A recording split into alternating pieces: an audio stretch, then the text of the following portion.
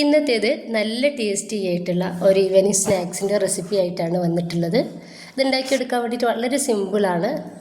ഒരു നല്ല മഴയത്ത് ചൂട് ചായയുടെ കൂടെ കഴിക്കാൻ വേണ്ടിയിട്ടുള്ള ഒരു കിടിലൻ സ്നാക്സ് തന്നെയാണിത്. അപ്പോൾ ഇതുണ്ടാക്കുന്നത് എങ്ങനെയെന്ന് കണ്ടുനോക്കാം. നമുക്ക് വീഡിയോയിലോട്ട് പോവാം. അപ്പോൾ ഇതിന് വേണ്ടിയിട്ട് ഞാനിതാ ചൂടായിട്ടുള്ള പാനിലോട്ട് 2.5 ടേബിൾ സ്പൂണ് വെളിച്ചെണ്ണ ഒഴിച്ച് കൊടുക്കുന്നുണ്ട്.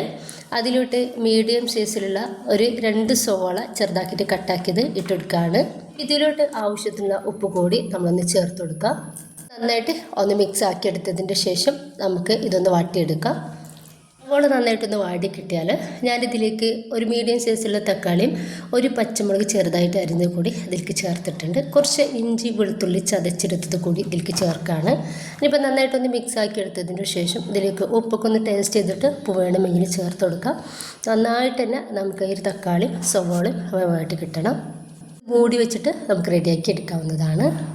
സവാളയും തക്കാളിയും നന്നായിട്ട് വേവായിട്ടുള്ള ടൈമിൽ നമുക്കിതിലേക്ക് പൊടികൾ ചേർത്ത് കൊടുക്കാം.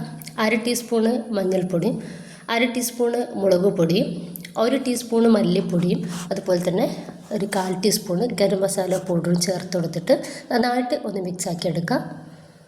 കൂടുതൽ പൊടികളൊന്നും നമ്മൾ ഇതിലോട്ട് ചേർക്കുന്നില്ല.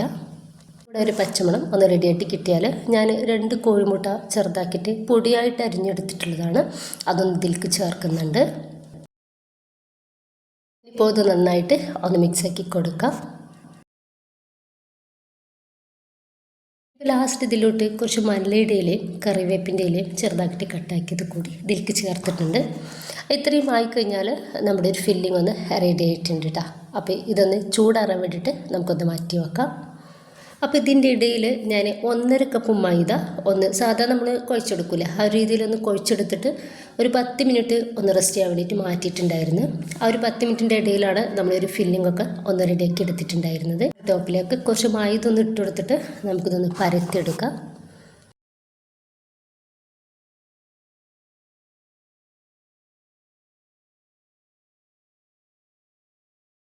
രീതിയിലൊന്ന് പരത്തിയെടുത്തിട്ടുണ്ട്. അപ്പോൾ 4 സൈഡും ഞാനിതാ ഇതുപോലെ ഒന്ന് കട്ട് ചെയ്ത് ഒഴിവാക്കി കൊടുക്കുന്നുണ്ട്.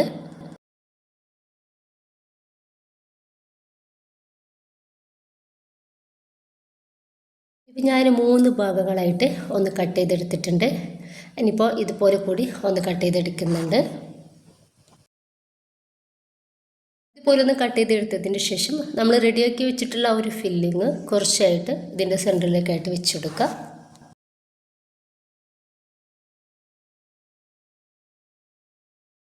ഇത് മുഴുവനായിട്ട് വെച്ച് കൊടുത്തിട്ടുണ്ട്.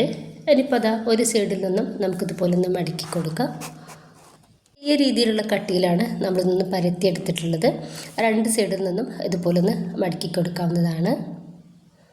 2 സൈഡിലും നന്നായിട്ടൊന്ന് പ്രസ് ചെയ്തിട്ട് ഒന്ന് ഒട്ടിച്ചു കൊടുക്കാം. ഇനിയിപ്പോൾ ഇതാ ഇതുപോലെ തന്നെ ബാക്കി കൂടി നമുക്കൊന്ന് ചെയ്തെടുക്കാവുന്നതാണ്. അപ്പോൾ ഞാനിത് മുഴുവനായിട്ടും ഇതുപോലെ സ്ട്രീമറിലേക്ക് വെച്ച് കൊടുത്തിട്ടുണ്ട്. ഒരു 10 മിനിറ്റ് നമുക്കിതൊന്ന് സ്റ്റീം ചെയ്തെടുക്കാം. ഞാനിതൊരു 10 മിനിറ്റോളം ഒന്ന് സ്റ്റീം ചെയ്തെടുത്തിട്ടുണ്ട്. നല്ല ഭംഗിയാണിത് കാണാൻ. നമുക്കിതുപോലെ തന്നെ അത് കഴിക്കാവുന്നതാണ് കേട്ടോ. ഇനിയിപ്പോൾ ഒന്നുകൂടി നമ്മൾ ജസ്റ്റ് ഇതൊന്ന് ഫ്രൈ ചെയ്തെടുക്കുന്നുണ്ട്. നന്നായിട്ട് ചൂടായിട്ടുള്ള എണ്ണയിലേക്ക് നമുക്കിത് ഓരോന്നായിട്ട് ഇട്ടെടുത്തിട്ട് ഒന്ന് ഫ്രൈ ചെയ്തെടുക്കാം. നല്ല ഹൈ ഫ്ലെയിമിൽ ഇട്ടിട്ട് തന്നെ നമ്മളിതൊന്ന് ഫ്രൈ ചെയ്തെടുക്കാവുന്നതാണ്. ഇനിയിപ്പോൾ വേവാനൊന്നുമില്ല കേട്ടോ, നമുക്ക് ജസ്റ്റ് ഇതൊന്ന് ഫ്രൈ ആക്കി എടുക്കുക, അത്ര മാത്രമേ ഉള്ളൂ. ഇനിയിപ്പോൾ ഫ്രൈ ആക്കുന്നത് ഇഷ്ടമല്ലെങ്കിൽ നിങ്ങൾക്ക് ആവിയിൽ വേവിച്ചെടുത്തില്ലേ, സ്റ്റീം ചെയ്തെടുത്തില്ലേ, ആ രീതിയിൽ ചെയ്തിട്ട് മോമോസൊക്കെ കഴിക്കുന്ന ഒരു രീതിയിൽ കഴിക്കാവുന്നതാണ്. അതും നല്ല ടേസ്റ്റിയാണ്. 1-2 പ്രാവശ്യം തിരിച്ച് മറിച്ച് ഇട്ടെടുത്തിട്ട് ഒന്ന് ഫ്രൈ ആക്കി എടുക്കാം. ഇപ്പോൾ ഇതൊന്ന് റെഡി ആയിട്ടുണ്ട്. ഞാനിത് പാനിൽ നിന്നും എടുത്ത് മാറ്റുന്നുണ്ട്. ബാക്കി കൂടി ഇതുപോലെ തന്നെ നമുക്ക് ചെയ്തെടുക്കാവുന്നതാണ്. നല്ല കിടിലൻ ടേസ്റ്റി ആയിട്ടുള്ള അടിപൊളി സ്നാക്സാണ്. നല്ല ടേസ്റ്റാണ് ഇത് കഴിക്കാൻ വേണ്ടിയിട്ട്.